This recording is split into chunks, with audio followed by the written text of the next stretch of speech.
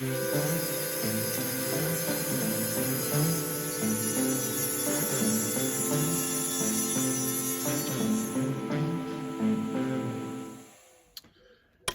this video, I'm going to compare the Festool and the Makita track saws so that you can choose between them if you're considering getting a quality track saw. This is not an unboxing video. I've used both these saws for a number of years, so they've both had heavy usage and I know how they stand up over time. But let's start with the boxes they come in. You'll want to keep them in their boxes because they don't want to be bashed around or dropped. They're quite precise bits of machinery. The Festool box, you really can't beat this new style of sustainer. I say new, there's an even newer version now, but that style is a lot newer than this one that Makita are still using. And I can't stand these clips. I just find them very awkward to open and close, and you've got 4 of them. They sometimes jam, they sometimes twist. You might say it's a minor issue, but it's an annoyance every time you have to get it in and out of the box. This model is the TS55 Reb Q. Now there are newer versions with some upgrades, so I can only tell you what I know from the models I've got. The Makita model that we're looking at is the SP6000J. The Festool, that's your technical data there, so you can pause that and have a good look at that if you want. On the Makita, here's the equivalent data.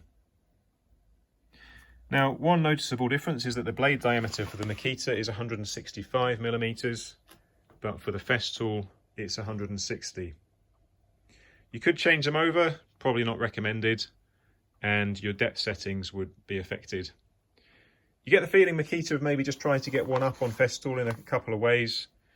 So the blade's that 5 millimeters bigger, and then your depth of cut at your 90-degree setting is 56 millimeters, whereas with Festool it's only 55. Actually very little in it. The maximum tilt on the Festool is 47 degrees, but for the Makita it's 48 degrees. At the 45-degree cut, when it's on the tilt, your maximum depth is 43 millimeters on the Festool, and it's actually less on the Makita.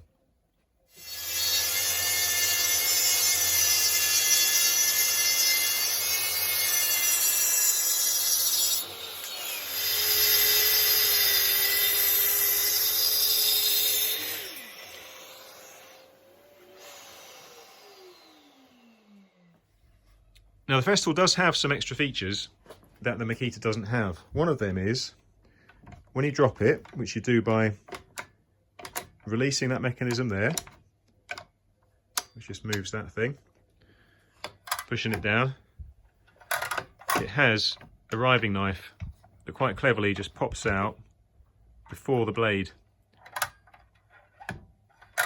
To be honest, I've not really ever seen the benefit of that, and more often it's been an annoyance. Say if I've been doing a trim right next to another little cut, say like on a scribe, and I'm sort of doing some cuts that meet just to get close to a curve, that knife sometimes gets trapped in an existing cut and then jams as I'm trying to go off to another cut. The Makita doesn't have that. It just drops down with no riving knife. Now there is a slight annoyance on the Festool where if you, as you start to cut, if you push down a little bit before releasing that, it jams. And you see how that's, you might be able to see how that's sort of worn, it's worn the plastic there a little bit. I find the mechanism, the release mechanism for this, a little bit better. It just seems a bit smoother. That pin retracts in and you push down. Now the spring on the Makita is lighter. It just feels lighter and smoother. This feels like it's got a bit more resistance. However, I have heard of the spring failing on this, but I've not heard of that happening on this one. Both of them have the same size dust port, which freely swings. On a more recent model of the Festool, this has more of a stopping mechanism, which is good because when the pipe goes in there, the weight of it tends to bring it down, and sometimes it sort of drops in the way and jams where you don't want it. A slight annoyance with this is when the tube's in there and you are trying to get it out of the way, it sort of jams on this knob here. That's not the case with this design. Now the rails are the same pattern. Both saws would fit on each rail, but this is an addition which goes together with a little locking pin. So that pops out, and when you set this to tilt, which I'll show you later, it just stops it tilting off. Whereas with the Festool, there's nothing really to stop it tilting as the weight of the saw leans that way. Each saw does run better on its own rail. So the interplay between the design of the base of the saw and these low friction strips just means that they really do run better on their own tracks. Both of them have these are like cam locks that just let you tighten up. So it's grabbing a bit tighter on that, which helps your accuracy. That's the Makita version. Now quite often when I'm cutting a scribe on site, I'll be laying my rail down and I might just be cutting a long strip that's maybe just 2 inches. So I need to support the rest of the rail on some scrap material of the same thickness so that the rail's got something to sit on. That can mean that the grippy strips under here are sat on the packer material, but the piece I'm actually cutting is only sat on with the splinter guard strip. So it makes a big difference when you use the more rubbery Makita splinter guard compared to the Festool original, which is a lot smoother. I also personally prefer that distinct black edge. The Festool has the option for putting a splinter guard in. Now you can have a transparent viewing window that just pops in there, or there's a green piece of plastic which acts as a splinter guard. So this green one that pops up there, you can set that so that it touches the workpiece, and then you do a first cut and the plastic itself gets cut and it acts as a zero clearance insert. So you have a splinter guard effect on the outer edge of the cut, so it does the same job as the rubber strip on the edge of the rail. You don't get that with the Makita. Now when you're working with a plunge saw, you need to be able to stop the depth of plunge quite precisely, because very often you want to just undercut the board. So you want to cut just a millimetre or 2, maybe up to 3 millimetres deeper than the thickness of the board, so you're not breaking out that bottom face too much. So you need to set where it stops, and the way that works on the Makita is you simply have a thumb screw and this stop, which let's just position that to the 0 point at the top there. Now on the Makita, that stop, that 0 point, is the 0 point for if it was not on the rail. So at the 0 point, it just stops on the workpiece without the rail. Personally, it's very, very rare that I use one of these saws without the rail. So you just have to add on about 5 millimetres to the stop depth measurement there for that to be the actual depth when you're using the rail. On the Festool, what you have for the stop here is 2 lines. The one that says FS on it refers to the depth when it's on the rail. The one just here is if it wasn't on the rail. So if we set that to 0, which you just do by squeezing that, that's 0 at the top there. Something the Festool system has which the Makita doesn't is then a fine adjustment.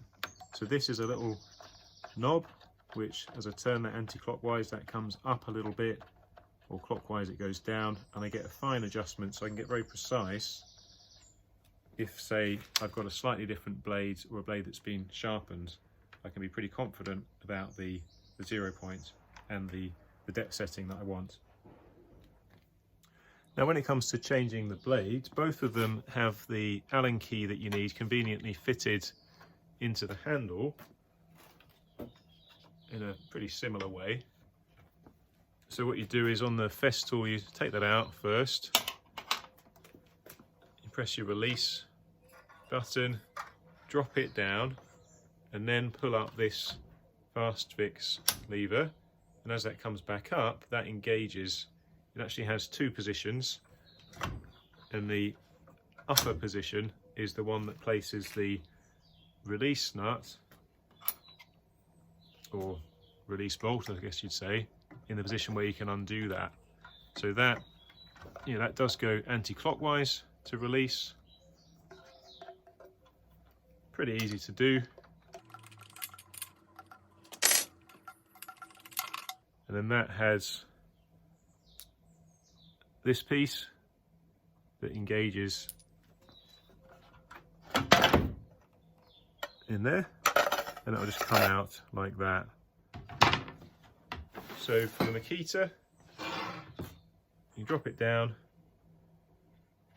turn that, and as you let go of this trigger, that releases the pin, and then that, as it comes back up, just engages into that sort of circle that created when you turned that round bit. I've got there in the end. Now that's the small benefit, is having a longer Allen key. I've just used the Festool Allen key, which does fit. I'm guessing that's a 6mm, but I'm not entirely sure. 5 or 6mm, I think that is. There is a longer bolt there, and a bit thinner, and that doesn't have the two engaging pins that the other one has. So that's your 165mm blade. It does have a 20mm hole in the middle, and that's 160mm. Of course, you can get all different brands that will fit them as well. Well, I've put the blade back in the Makita one. Now, a feature of the Makita which is not present on at least this version of the Festool, I don't know if it's something they've added in more recent models, is this little stop here. So you just push that in, and that gives you around about a 3mm depth of cut. So it's a quick stop, and that's going to cut just into the surface of the workpiece when you're using the rail, about 2 or 3mm. So that's your scoring cuts. If you're doing melamine, you'll get a better finish if you just score like that, then release the pin and go down to whatever depth you've set it at there to cut right through.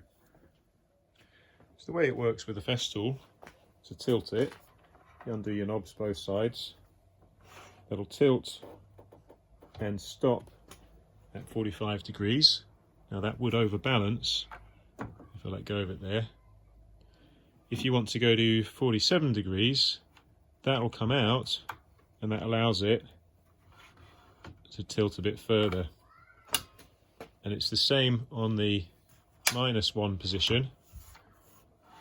And when you go back down to there, just loosen that off, that'll just tilt to -1. The Makita's a bit different on the angle setting. So you loosen the knobs off front and back, and you have this knob here, which in the vertical position will stop at 22.5. In the horizontal position will stop at 48. Sorry, stop at 45, I should say. And then there's a little adjustment here, which if you move that from the 45 to the 48 position,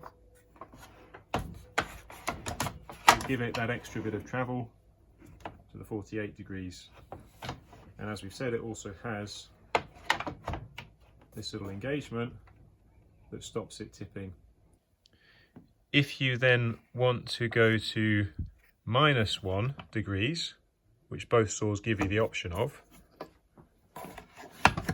so these bits you push in, actually what they actually do is they just line up a hole with that grub screw, which gives you an extra degree to tilt back. I don't often use clamps when I'm using the rail saw because the friction on the base of the rail is enough for most cuts. You just lay it on and cut. But if I'm doing an angled cut, it's more prone to shifting, so it is worth then using some clamps to clamp the rail down. So there's two types of clamp. These are Festool clamps. There are other brands you can get. There's a simple screw clamp and there's the ratchet clamp type. Now both have their pros and cons. I'll bring this in a bit closer and show you how they fit. These will fit in either the Festool or the Makita rail because the profile on the underside here is the same. Now this is the Festool rail, so that just goes into there and you tighten that up. You need to do it both ends. Now with the ratchet type, it's just a quicker mechanism. Bring it up and get it really tight like that. So I'll show you how it looks doing an angle cut on the Festool. I'll take that right to 45 degrees. Of course you need to drop your depth stop down a bit deeper because you're going through more material.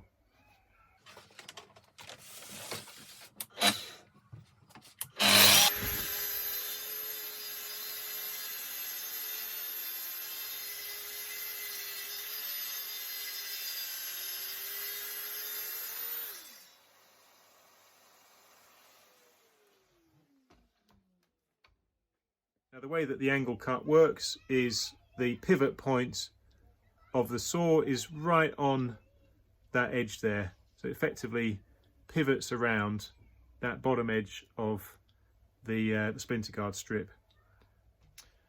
I'll show you an angle cut on the Makita now.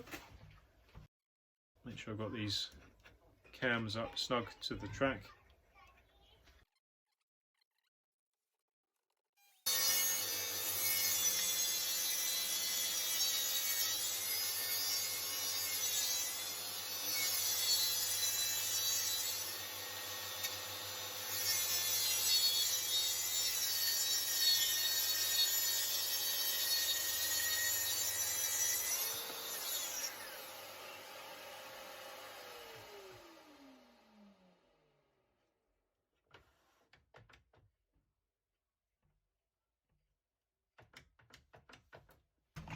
Well, I was getting a lot more play on that cut with the Makita than with the Festool. It's sometimes since I've done a comparative angle cut on both, but it was definitely a much better experience with the Festool, I've got to say. And I think it had quite a lot to do with the way that the groove engages on the base plate. Now looking at it now, it looks to me like the cams here have worn over time and I couldn't get it to grip the rail there. So there was a bit of play, a bit of wobble, which really affected then the cut because it was jamming a bit as it went. So I think that really demonstrates something, that the system on the Festool, where the cam wheel pushes against a piece of plastic and perhaps is designed a bit better against wear, that seems to work a lot better. So that's something I wasn't aware of really until this direct test. I would strongly recommend the Festool for angle cuts, which surprises me because the Festool doesn't have the little lock-in anti-tilt thing, but in truth I didn't feel that I needed that because by holding my wrist rigid I could get a really good cut through anyway, and I was better served by it running smoother on the track.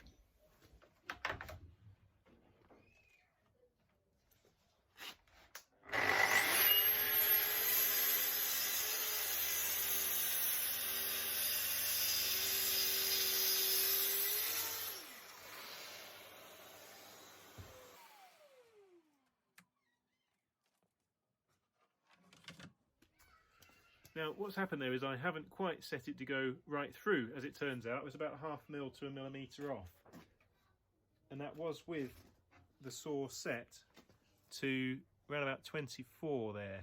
So there's clearly a bit of a calibration issue, hadn't checked, and I really need to bring that little adjustment screw further down so it just goes through where it should.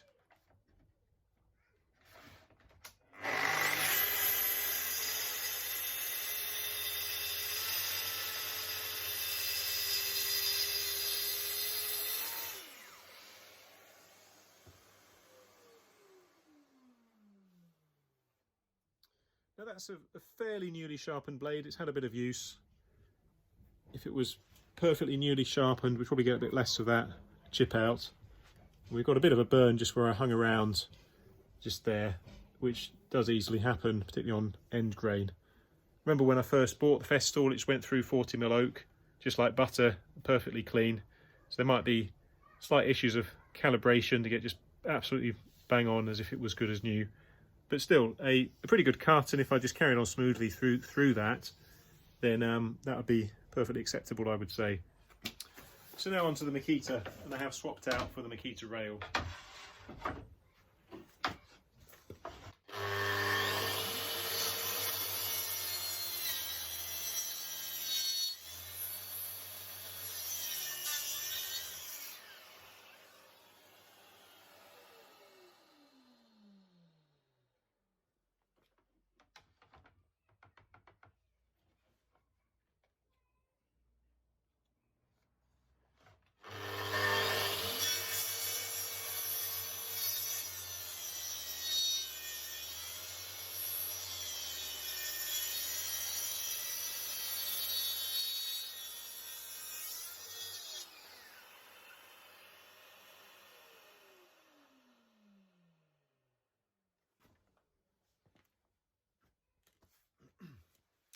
Now that was a lot harder work, but to be fair, the blades, although both were replaced not long ago, I think the Makita's had a lot more use in the workshop since.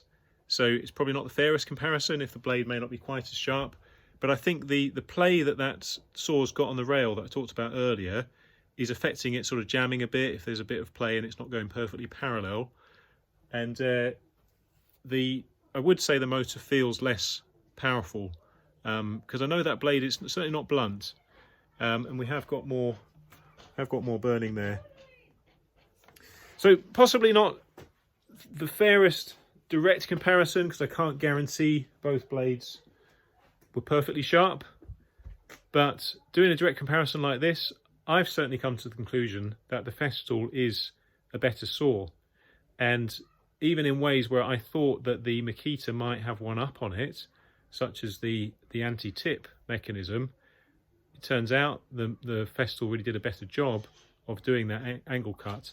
But either one, I would say, is a good saw. You'll get on well with the Makita. You'll be able to do the job, but it may not wear quite as well in the long term as the Festool.